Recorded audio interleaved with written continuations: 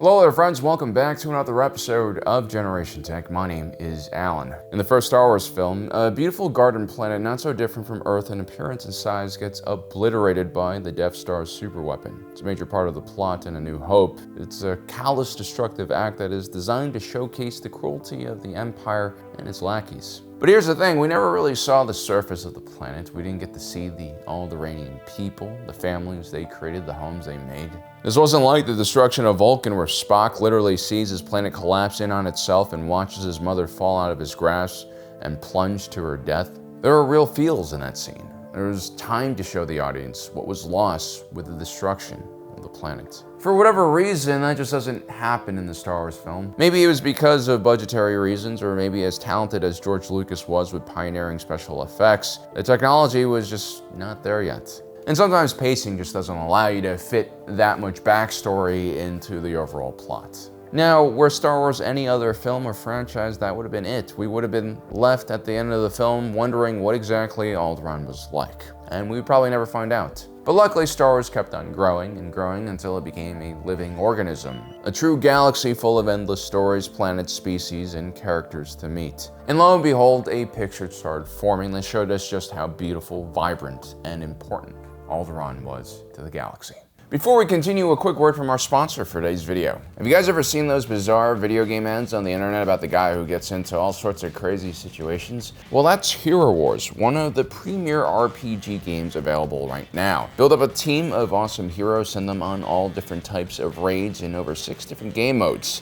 They even have PvP arena modes where you can battle for #1 on the leadership boards. The team at Hero Wars is dedicated to always updating their content and bringing new vibes to the base game. For instance, right now Hero Wars is in the middle of its Christmas celebrations, and you can progress your way through the advent calendar, unlock free battle passes, unlock new heroes, and decorate your own personal Christmas tree with items you collect. Next Stars has also released an original animated short called Lost Hero, which further builds on the in-universe lore and the story of Galahad and Aurora and their fight against the Archdemon. The animation style is pretty cool. You guys should definitely check it out. And right now, all the new players who joined Hero Wars are going to be gifted 5 top new heroes, along with 600 emeralds and 30,000 gold coins. If you guys are interested, take a look at the link in the description down below or scan the QR code on screen for more information. Thank you for your patience. On to the rest of the video. I've long said that if Coruscant was the brain and nerve center of the galaxy thanks to its bountiful hyperspace lane connections and central location, then Alderaan was the galaxy's heart. It was a place of great culture and balance. Its natural beauty, lush valleys and snow-capped mountains were the antithesis of Coruscant's concrete canyons and subterranean lairs. From orbit, you could mistake an Alderaan for an Earth if you weren't familiar with the shapes of the landmasses. The planet had forests, mountains, plains, along with smaller bodies of water than you would normally see on Earth, but plenty of seas and oceans. The planet's diameter was around 12,500 kilometers, just 200 short of Earth's diameter. The days were around 18 hours in length, and there are 364 days in a year. At its peak, the planet sustained 2 billion souls. 95% of them were human, and another 5% came from various alien species, many of whom were actually refugees from one conflict or another. So Alderaan's early history, like many planets in Star Wars, finds itself rooted in Legends lore. If you are familiar with this channel, we tend to treat most Legends lore as canon unless it directly is opposed by the recent Disney canon. And that is because Disney seems to pull a lot of information from the Legends and usually brings it back into canon. More than 1 million years before the Battle of Yavin, a hive-mind insectoid species known as the Killiks became sentient. It's possible that they were made sentient by one of the precursor races. But the Killiks would develop their own society on the planet and create these massive structures. Eventually, other species like the Celestials would enslave the Killiks and use them for their celestial spanning projects. In a lot of ways, the Killiks were like the Geonosians of their time, cheap, disposable labor. It was actually the hard work of the Killiks that allowed the Celestials to imprison Abeloth with those gravitational anomalies. The Killiks would also aid the elder races in creating a galactic barrier that would separate the unknown region from the rest of the galaxy. This was a last-ditch effort to stop the Rakan Infinite Empire's takeover of the known galaxy. Now, eventually, the Rakan Infinite Empire would slow its expansion of the galaxy. A plague would emerge with the most peculiar effect. It would not kill the individuals encountered. Instead, it would sever them from the Force. And soon, the Rakatans lost the ability to communicate and travel throughout their empire, and within a generation, the Rakan Infinite Empire ended. A few centuries later, the first human colonists, most likely from Coruscant, arrived onto the world of Alderaan in sleeper ships. And all they really found at first were the ruins of Killik society. Most of the Killiks had ventured onto the other side of the Great Galactic Barrier they had built with the Celestials. Although there were still some tribes that remain underground, and they would actually appear routinely on the surface of the planet and fight the human colonists. Now, early human Alderaanian society was not the enlightened utopia that we would see later on during Bail Organa's reign. This was still a newly settled world. The planet had to be tamed. The Killiks were still there, and the humans saw the Killiks as monsters because they're scary. But eventually the Killiks would disappear, and the settlers would develop a peaceful civilization with a very harmonious relationship with the planet. I think one of the things that the Killiks did before leaving for the unknown region was they stripped their planet, Alderaan, of all of its natural resources, like valuable minerals, maybe fossil fuels, stuff like that. This means that Alderaan never really attracted industrial or commercial interests. Instead, it attracted individuals who were drawn in by Alderaan's natural beauty. The makeup of the population also dictated the governance of the planet, which became very heavily focused on preserving the environment. This is what really limited development on this planet and also kept the population numbers quite low. Alderaan's development was meticulous and done with great care. The capital of Alderaan would be nestled on an island in the center of a meteor crater lake and framed by the Triple Horn Mountains. And so the white on the buildings of Alderaan would blend in and fit naturally with the snowy landscape in the background.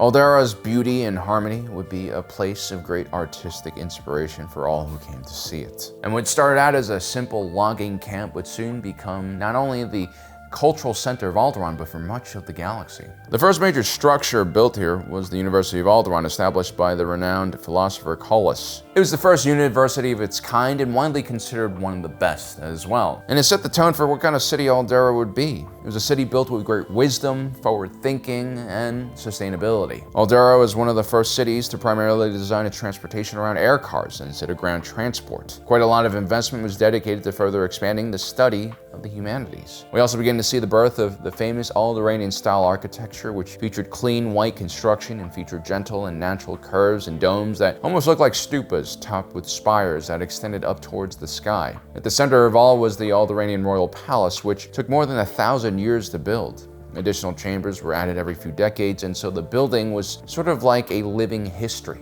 of Alderaan. Alderaan would become a founding member of the Galactic Republic in 25,053 BBY, and it would be known as the starting point for early hyperspace exploration. Many of the larger sleeper ships that would explore the Mid-Rim and beyond would start their journey here. You also had the Alderaanian Royal Engineers, one of the first shipwrights on the planet. They would develop a lot of the sleeper ships for, exploration into the mid and peripherals of the galaxy. The Alderaanian architectural style was universally loved and considered not only aesthetically pleasing, but a good fit for the natural environment. It was a no-compromise solution that gave residents all the technology and comforts of modern living that still gave them access to a very well-integrated natural world. And seeing as the Alderaanians were, very active explorers, they would also spread their architectural style all across the galaxy. Take a look at Lothal's capital city. The design motifs are clearly seen in the white spires and buildings that make up the downtown area. The planet Naboo, while architecturally a bit different, also featured a modified version of Alderaanian style that could also be seen clearly in the clothing that the monarchs wore. Cloud City on Bespin is another example, and there are even sections of Coruscant that feature the style.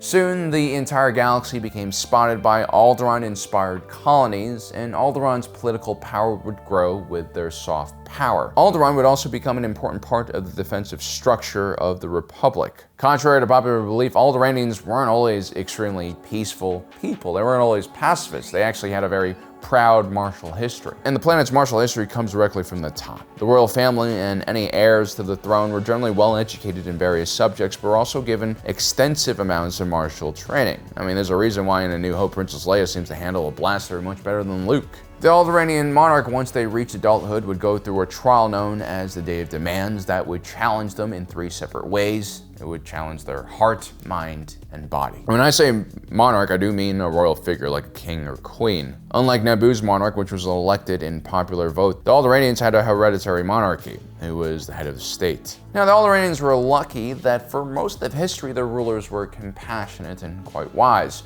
Although there was also a Alderaanian parliament and Alderaanian governor who would run the day-to-day tasks of the planet.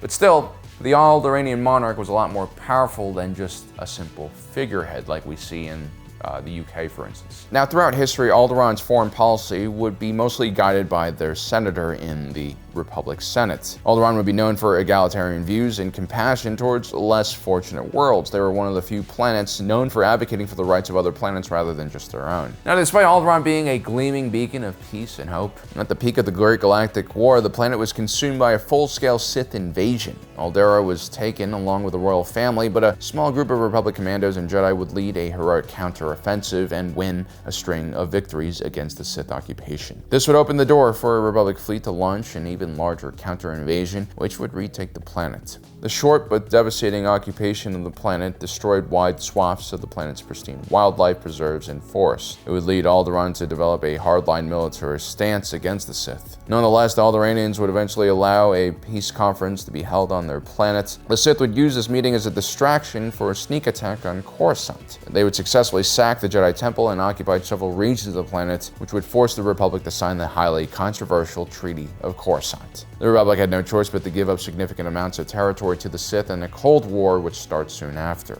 The Alderaanian Senator and Crown Prince Gal Pantir would walk out of the Republic Senate and would withdraw Alderaan from the Republic. This would be a very controversial action on Alderaan, and the populace would be split by this decision, and a civil war would actually erupt on the planet, and various houses would fight each other for power.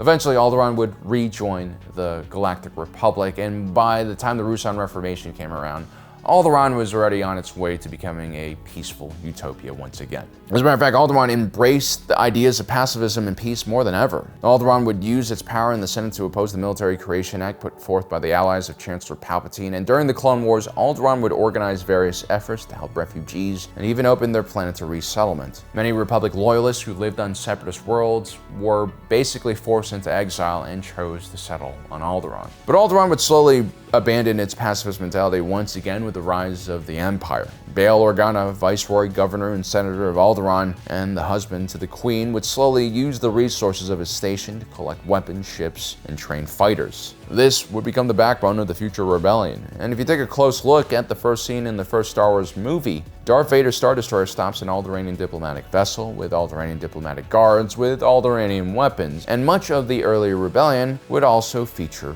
Alderaanian personnel. And it wasn't just Bail Organa's leadership that led Alderaan to rebellion. The people wanted it. This was a planet whose culture was long seated in egalitarianism and peace. Alderaan was always the galaxy's heart and its consciousness. And because of that, the planet would pay the ultimate price.